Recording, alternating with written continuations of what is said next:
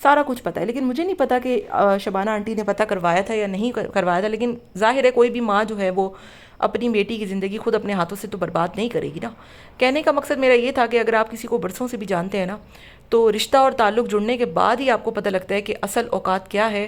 اسی لیے کہتے ہیں کہ اللہ تعالیٰ ہمیشہ اچھے لوگوں سے ملوائے, کم ظرف لوگوں سے نہ ملوائے, اور خاندانی لوگوں سے ملوائے, اور منافق اور جھوٹے لوگوں سے نہ ملائے, اور اللہ لوگوں کو اپنی پناہ میں بھی رکھے, کیونکہ لوگوں کا دماغ دل کب پھر جاتا ہے کچھ پتہ نہیں چلتا. اور شادی کو ایسے ہی لوگ جو ہے وہ سٹا یا جوا نہیں کہتے کہ لگ جائے تو ٹھیک, نہ لگے تو جو ہے وہ زندگی برباد. تو یہی والی بات ہے, اور اسی وجہ سے میں آپ کو کہتی ہوں کہ ہمیشہ جو ہے وہ شادی کرنے میں جلدی مت کریں. مطلب بھلے دیر سے ہو رہی ہو اور نہ ہو رہی ہو تو بہتر ہے, کیونکہ ہو جانے کے بعد زندگی برباد ہونا یہ ایک بہت زیادہ جو ہے وہ پریشانی والی بات ہوتی ہے. ابھی فرینچ سے آئی ہوئی ایک خاتون کا ایک قصہ میں آپ کو سناتی ہوں. پاکستان میں اس نے پسند کی شادی کی اور کے پی میں اس کو 15 سال تک جو ہے وہ ایک کمرے میں بند رکھا, اور وہ اتنی عجیب ہو گئی, آپ یقین کریں 15 سال کے بعد, کہ وہ اچانک سے اس کو دیکھ کر اندازہ ہوتا ہے کہ وہ 50-60 سال کی ہو گئی. اس کو بھی بازیاب بھی کرایا ہے پولیس نے. تو یہ سارے وہ قصے کہانیاں ہیں جو کہ شادی کے بعد ایک عورت کو خراب کرتے ہیں, اور امبر کی کہانی انہی سارے لوگوں سے ملتی جلتی ہے, کوئی اس میں ڈھکی چھپی بات نہیں ہے. اب میں مطلب مجھے حیرانی ہوتی ہے ان لوگوں پر کہ جو امبر سے ہمدردی بھی کہتے ہیں کہ نہیں جی یہ غلط ہوا, نہیں جی غلط ہوا, اور ساتھ میں اس کو ماضی کے قصے بھی سنانے لگ جاتے ہیں کہ تم تو ایسی تھی, تم نے تو یہ بولا, تم نے تو ایسے کیا, تم نے تو ویسے کیا.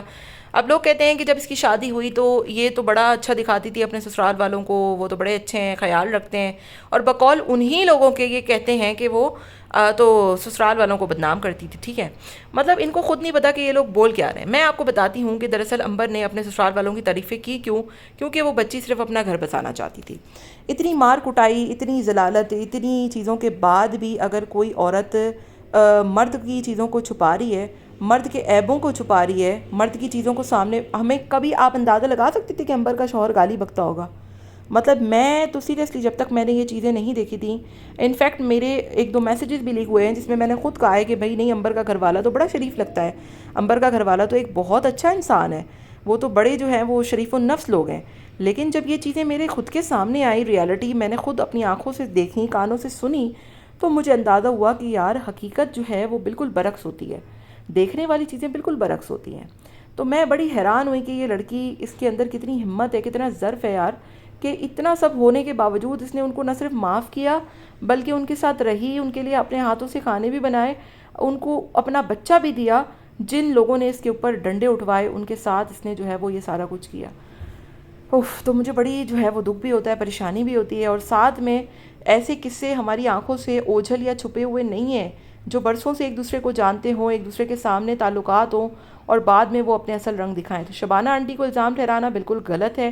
ساتھ میں شبانہ آنٹی نے یہ بھی موقف اپنا پیش کر دیا کہ یہ ساری باتیں انہیں اس لیے لانا پڑی کیونکہ باتیں کھل گئی تھیں اور لوگوں کو پتہ لگ گیا تھا. حقیقت جو ہے وہ سامنے آئی جاتی ہے نا, محلے داروں نے آ کر حقیقتیں سامنے رکھ دیں, سب بتا دیا کہ یہ سارا کچھ کس نے کیا ہے, کیا ہوتا رہا ہے اس محلے میں, اس گھر میں.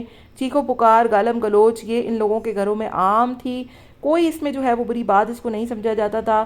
اور جن کے گھروں میں یہ عام ہوتی ہے نا, تو وہ جو ہے وہ آپ یقین کریں ان کو کسی بھی چیز کا خیال نہیں ہوتا. ان کو یہ بھی خیال نہیں ہوتا کہ سامنے جو ہے وہ اس عورت کے پاس ایک بچہ بھی ہے, وہ عورت جو ہے وہ مظلوم بھی ہے, وہ عورت خاموشی سے اپنا کام بھی کر رہی ہے, لیکن اس کے باوجود یہ سارا کچھ ہو رہا ہے. ٹھیک ہے, اب رہی بات جو ہے وہ آپ یقین کریں, ٹھیک ہے امبر اور شادیب کا جو بھی ہوا, امبر نے شادیب کو کبھی کبھی برا بھلا بول دیا, جو بھی کیا, واٹ ایور, لیکن کیا اس نے کبھی اپنے دیور, اپنی نند, اپنے بہنوئی کے حوالے سے کبھی کچھ بولا تھا جو انہوں نے آ کر اس کو گالیاں دی, ڈنڈے اٹھائے, ڈنڈے برسائے؟ کیونکہ اس کا شوہر خود آستین کا سانپ ہے. اس کا شوہر خود ان کو دعوت دیتا تھا اور بلاتا تھا کہ آؤ جی اس کو ذلیل کرو, بقول امبر کے کہ وہ خالہ کو بھی کال کرتا تھا, وہ سب کو بلاتا تھا کہ آؤ جی اس کو مارو, ڈنڈے کوٹو, ڈنڈے پیسو. تو شبانہ آنٹی کی باتوں سے میں بالکل اتفاق کرتی ہوں, انہوں نے بالکل ٹھیک اپنا موقف رکھا کہ کب تک آخر وہ بچی جو ہے وہ چھپا کے رکھتی ان چیزوں کو, اور اس نے گھر میں اکیلے رہنے کا فیصلہ خود کیا ہے, کیونکہ ظاہر ہے اس کا بچہ ہے, اس نے آزادی سے رہنا ہے. اب کوئی یہ نہ بولے کہ یار اس کے بچے نے یہ کر دیا, اس نے یہ کر دیا. گھر میں ہوتا ہے تو 100 چیزیں ہوتی ہیں, بھابیاں الگ ہیں, بھائی الگ ہے, کل کو اس کے دوسرے بھائی کی شادی ہوگی, کل کو یہ نہ سننے کو مل جائے کہ یار اس کی وجہ سے اس کے بھائی کا بھی اللہ نہ کرے گھر خراب ہو رہا ہے یا کچھ ہو رہا ہے. کیونکہ ایک عورت جب اس پورے مرحلے سے گزر چکی ہوتی ہے نا تو وہ بہت چیزوں کو برداشت کر چکی ہوتی ہے. اور مجھے لگتا ہے کہ عنبر جو ہے وہ اب ایک نئی عنبر ہے. لیکن میں عنبر کو بولوں گی کہ اب تمہیں پریشان ہونے کی کوئی ضرورت نہیں ہے. ہم سب تمہارے ساتھ ہیں. تم ہنسو، بولو، گاؤ، مسکراؤ، پہلے جیسی عنبر ہو جاؤ. اور ہم جو ہے وہ اسی شوق، چنچل اور نٹکھٹ سی عنبر کو دوبارہ دیکھنا چاہتے ہیں. ہم نہیں چاہتے کہ تم پریشان رہو. ہم نہیں چاہتے کہ تم جو ہے وہ ان چیزوں کو لے کر بار بار سوچو، بات کرو یا پھر اپنی صفائی دو، وضاحت دو. ہم سب کو پتہ لگ گیا ہے کہ تمہارے ساتھ کیا کچھ ہوا ہے. تم ایک بہت اچھی شریف النفس اور بہت عزت دار فیملی سے بلانگ کرتی ہو.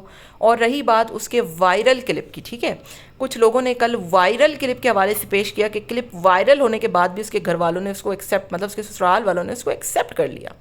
تو وائرل کلپ تو بھائی وہ اپنے شوہر کے سامنے کھڑی تھی، وہ کون سا کسی اور کے سامنے کھڑی تھی.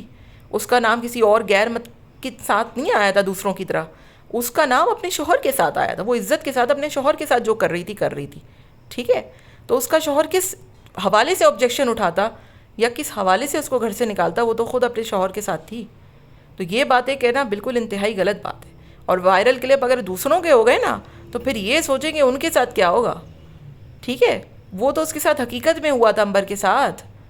تو یہ بکواس بازی کرنا، گھٹیا باتیں کرنا، بلا وجہ جو ہے وہ ادھر کی ادھر کرنا، باتوں کو توڑ مڑوڑ کے پیش کرنا، لیکن کچھ کھچڑی اور حل نکل نہیں رہا ہو تو بلا وجہ اس کو اٹھا کر جو ہے وہ ماضی اٹھا کے لیا اس کا.